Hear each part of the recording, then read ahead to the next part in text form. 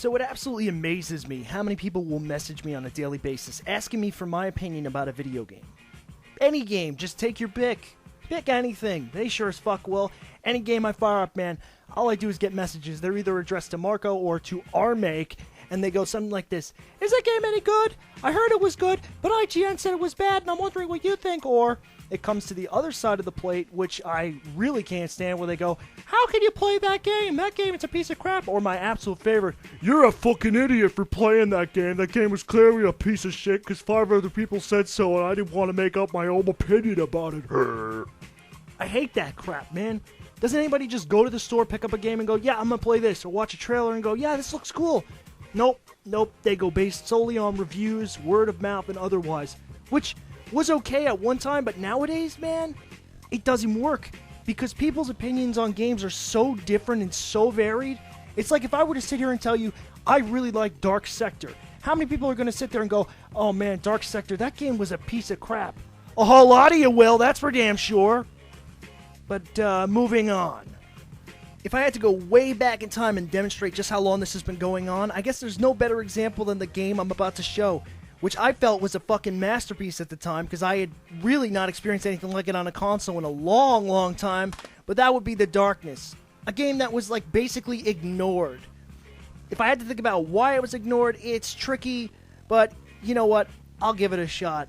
So, starting from the top of my head, The Darkness was a narrative-driven first-person shooter unlike anything I've played in the longest fucking time, and that includes that crappy sequel that could have been amazing but fucked it up in several places, and I'll get into that in a minute. But let's just say this for now.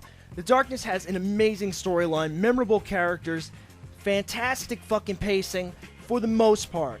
It's problematic in terms of the gameplay itself. The shooting mechanics aren't fantastic, and I guess the fact that it didn't have a really good multiplayer was a big fucking deal or a stink or something back then, because I remember so many people saying, oh, well, the game looked cool and all, but I heard the multiplayer is nice. Who gives a fuck about multiplayer? It's a story-driven game, for fuck's sake. You don't need multiplayer. And here is where we're entering the Darkness 2. Darkness 2, it's one of these games where I'm like shaking my head, like, why did they make a sequel to begin with? 2, why are people so excited about this when fucking 85% of the gaming community fucking ignored the original game? But no, everybody's going apeshit over it because 1, it's fucking violent as hell, 2, it's gotten rid of half the storyline elements in place of just killing everything that moves on screen, and 3, it's got the fucking co-op multiplayer bullshit you see in every fucking game that comes out. So instead of a memorable fucking single-player experience, we are once again forced to fucking plug into the internet and play a game to get our money's worth. You know what I say? I say, fuck that! It didn't need a fucking sequel, it ends perfectly, and fuck the fucking developers who thought they could fucking go somewhere with the game, because I'm telling you right now, that ending, one of the most annoying fucking endings in the history of gaming. And I'm talking after the credits. Before the credits, I had a really good time. After those credits, man, I was skull-fucked. But okay, let's talk about a modern release, something that just came out. Ninja Gaiden 3. Ooh, scary. This game got some of the lowest fucking reviews I've seen for a follow-up to a series that, up until this point, had been heralded as just great, great stuff. Fun as fuck. So what the fuck happened? And why the fuck are people avoiding it like the plague? More to the point, because of reviews. Yet again, people lack the balls to just say, you know what, it looks fun. Let me fucking play it. Nah, can't do that. Not a possibility. We gotta believe exactly what IGN said. Listen, honest to God, if you believe what IGN prints now, you most likely are an idiot. You most likely do nothing but play Call of Duty games in your spare time, and I feel bad for you because you missed out on half of the great things about gaming. Now, is Ninja Gaiden a fantastic game by any stretch of the imagination? The answer is no. That being said, is it fucking a 3 or a 4 or whatever the fuck IGN gave it, or half these review sites? Is it that bad? Answer, no. See, what people miss and they don't get entirely is that Ninja Gaiden on the Xbox, Ninja Gaiden 2, and the Sigma games, which are just re-releases of the same fucking games on a different platform, they're not like the old Ninja Gaiden games. Ninja Gaiden 1 through 3 on the NES were fucking side-scrollers with a lot of action and planning involved in them.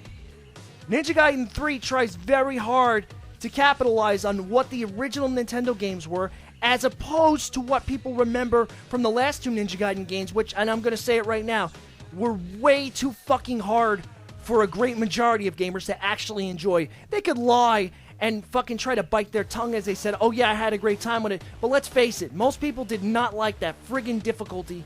And if I even have to get started on how difficult Ninja Gaiden 2 was for me, I might break a fucking game or choke a bitch. Because there's fucking difficulty that's fun and challenging, and then there's miserable fucking difficulty that's only there to make some people feel like gods among everyone else who feels like an asshole for spending $60 on a game that is way, way, way too fucking hard from square one.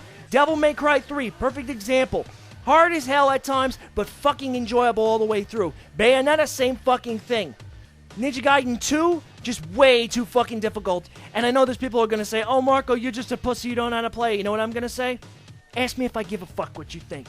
But Ninja Gaiden 3 is an okay game. It's a good-looking game, that's for sure. And is it fun to play? And that's the key element here. Yeah, it is. And did I know about the reviews before I bought it? Fuck yeah. So why did I buy it? Because I knew I would like it. Because these reviewers don't know how to review their own assholes. Let alone a fucking piece of interactive entertainment. And I can just hear it now. I can hear people going in the back. I can hear the two voices, the one side of the argument and the other. And this is what you'll find 95% of the time. One person going, but they took out all the other weapons, and they slightly dumbed down the gameplay, and now I can't fly across walls at high speed. And on the other side is like, well, you know, I don't really care about any of that faggot shit. What I do care about is the fact that it's not hardcore enough, because Itagaki, or whatever the fuck his name was, the dude who smoked the boy sunglasses, isn't part of the team. So now clearly the game's gonna suck anyway. And really, the fact that this is real and I'm not actually making this shit up, it might sound exaggerated, but it really is not. And it's making me laugh just thinking about what I've read about this game and a couple other games. You know what it just tells me, man? The decline of gaming isn't just from the end of the developers and publishers, but it also comes upon the gamers themselves, because they lack the inability to simply shut the fuck up and enjoy something. They have to constantly be comparing it to the last, even if it's a sequel, and they can never ever let anything go. And God help you if anybody was fired from your team, there were issues with your development team, they change a fucking developer over, they change a composer of music, anything. Oh my God, man. Gamers, 95%, maybe more, will do nothing but bitch and moan about it. And fucking 85% of those gamers, they haven't even fucking played the game. It's all based on speculation and asinine bullshit. And now a demonstration of what it's like when someone buys a game in 2012, okay? Oh man, I can't wait to buy my new video game with the money I've got. Oh, Ninja Gaiden 3, this looks cool. Let's see. Oh man, this looks badass. Hi, I'm Ninja Gaiden 3. I don't have the highest scores in the world, but I want to be your best friend. Well, I don't know Ninja Gaiden 3. IGN said you were a piece of crap, but they're surely lying. But I don't know if I can believe that, even though you look amazing and I would really like to play you. But I can't do that now, so I guess I'm just gonna have to buy Call of Duty 3.